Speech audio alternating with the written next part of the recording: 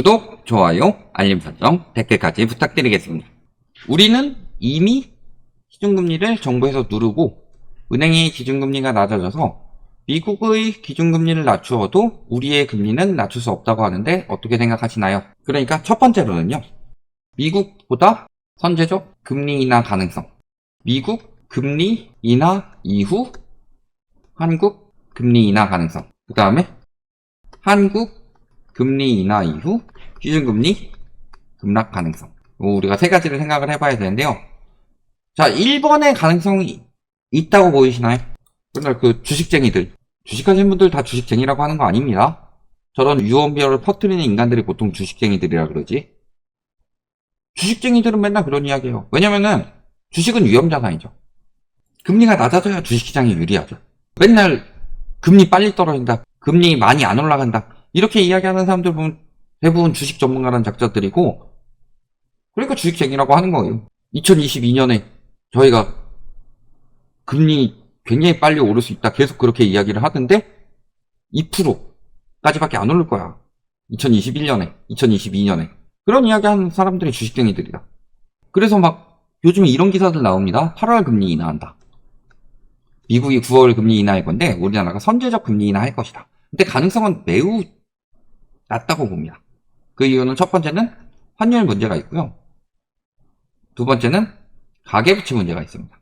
그래서 환율 같은 경우 지금 조금 안정됐다고 하더라도요. 요즘에 정부에서 하는 거 보세요. 첫 번째, 외평채 발행했죠. 두 번째, 외연 보유액을 시중에 풀어서 달러 상승을 막고 있죠. 세 번째, 최근에 뭐 했어요? 환율 시장 개방을 새벽 2시까지 늘렸죠. 왜 늘렸어요? 달러 팔란 소리예요. 그런 거다.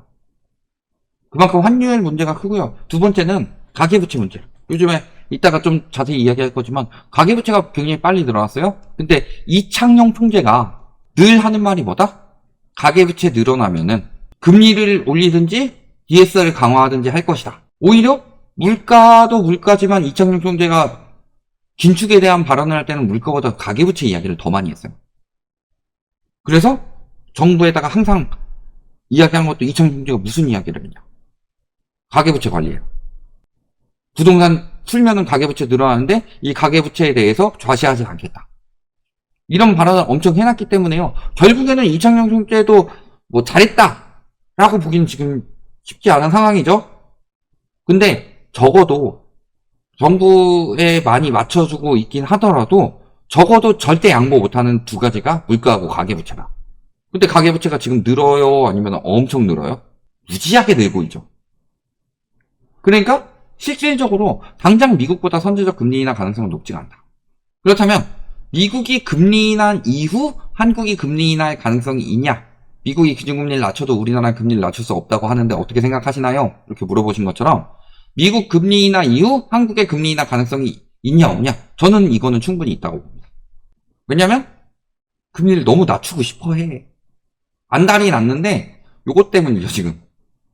근데 미국이 금리 인하를 하게 되면요. 우리나라가 따라서 하는 것에 대한 부담이 좀 줄어들죠. 윗대가리들이 보기에는. 그러니까 미국 금리 인하 이후 한국에서 금리 인하할 가능성은 있다. 다만 많이는 못한다.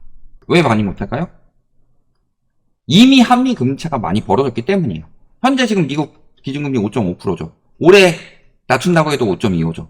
내년에 낮춘다고 하더라도 4%예요. 중립금리가 4.1, 미국 같은 경우도 항상 금리가 0.25% 정도 차이가 나잖아요. 그렇다고 하더라도 지금 현재 한국의 기준금리보다 높다. 내년까지 가더라도. 근데 내년에 4%도 확실하지 않아요. 늘 말씀드리지만 지금 2차 오일 쇼크에 대해서 저희가 많이 말씀을 드리고 있죠. 인플레이션이 심해졌다가 진정되는 것 같아서 금리를 내렸더니 인플레이션이 또 튀더라. 근데 인플레이션이 일시적인 인플레이션이 있을 수 있고 고질적인 인플레이션이 있을 수가 있어요. 일시적인 인플레이션 같은 경우는 금리 바짝 올려가지고 잡은 다음에 경기가 침체되면은 금리 내려도 된다. 근데 이번엔 고질적이라고 그랬죠. 왜냐면 글로벌 금융위기 때 돈을 엄청 많이 풀었고 그것이 인플레이션 문제를 만들어내니까 미국에서 긴축을 시작했죠. 긴축을 시작해가지고 긴축을 하고 있는 와중에 코로나가 터졌죠.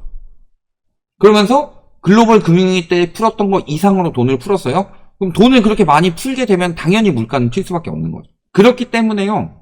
인플레이션이 조금이라도 더 자극된다라는 내년의 느낌이 오면은 올해 금리 인하 한 차례 정도 했다가 내년에 다시 금리 인상이 될 수도 있고 4%까지 내린다는 금리도 한 5%나 뭐 4.75 이 정도에서 마무리될 수가 있다. 그렇다는 것은 우리나라가 금리를 여러 번 내리기는 굉장히 쉽지 않은 상황이죠. 미국에서 여러 번 내리더라도 기본적으로 우리나라보다 금리가 높기 때문에. 그런 거라서요. 가능성은 있는데 많이는 못한다. 그렇다면은 요 질문의 핵심은 저는 요 3번이라고 봅니다. 한국이 기준 금리 인하를 하게 되면은 시중 금리가 급락할 수 있느냐. 급락까지는 아니더라도 뚝 적어도 어느 정도 떨어질 수 있느냐. 우리가 요것에 대해서 생각을 해봐야 됩니다. 근데 자 지금 대출금리 2%대까지 나왔다고 그랬죠. 기준금리가 3%대인데 대출금리가 2%대가 나왔다는 건요. 이거는 지금 굉장히 경제가 기이하게 흘러가고 있는 거다. 정부에서 과잉적으로 대응을 하고 있는 거죠. 그렇다는 것은 이거는 억지로 지금 만들어내고 있는 경제라는 소리예요. 그렇다면은 이 금리를 어떻게 만들어내고 있느냐? 첫 번째는 미국의 채권금리가 내려간다. 따라서 한국의 채권금리도 내려간다. 요거. 그 다음에 두 번째로는 예금금리를 낮춰서 조달 비용을 낮춘다. 세 번째로는 늘 정부 탓하지만 요거는 정부보다 민주당이 더 심하죠.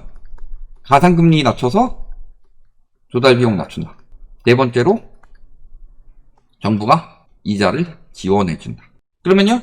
미국의 채권금리가 떨어지면서 한국의 채권금리가 떨어지는 거 이거는 100% 된다고 할 수가 없습니다. 왜냐? 나중에 미국의 기준금리 인하 시기가 됐을 때 한국의 자금이 빠져나가서 미국 채권으로 옮기면서 미국 채권 가격이 올라가고 달러가 튄다고 그랬었죠.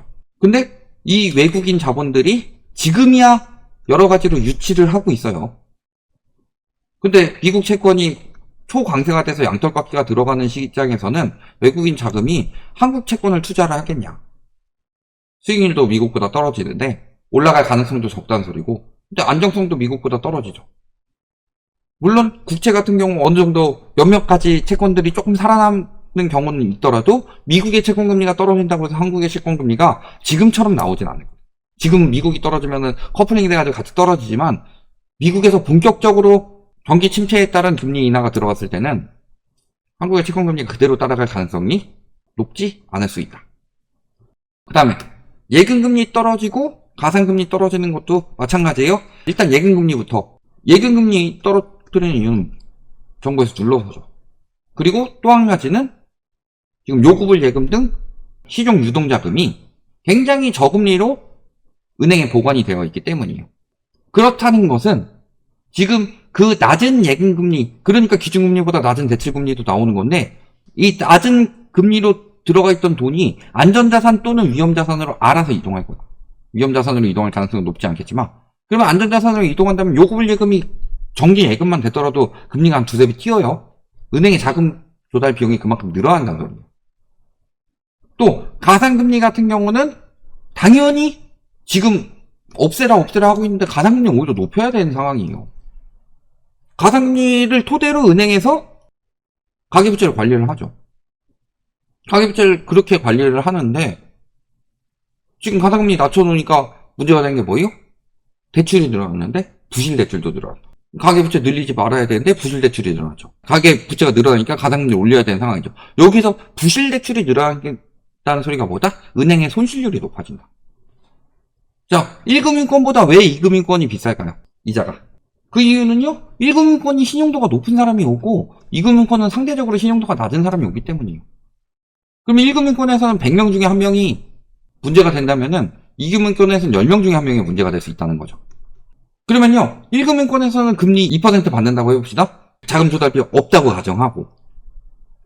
그러면요, 10,000원씩 빌려줘서 100명이 빌리면 100만 원이 되죠.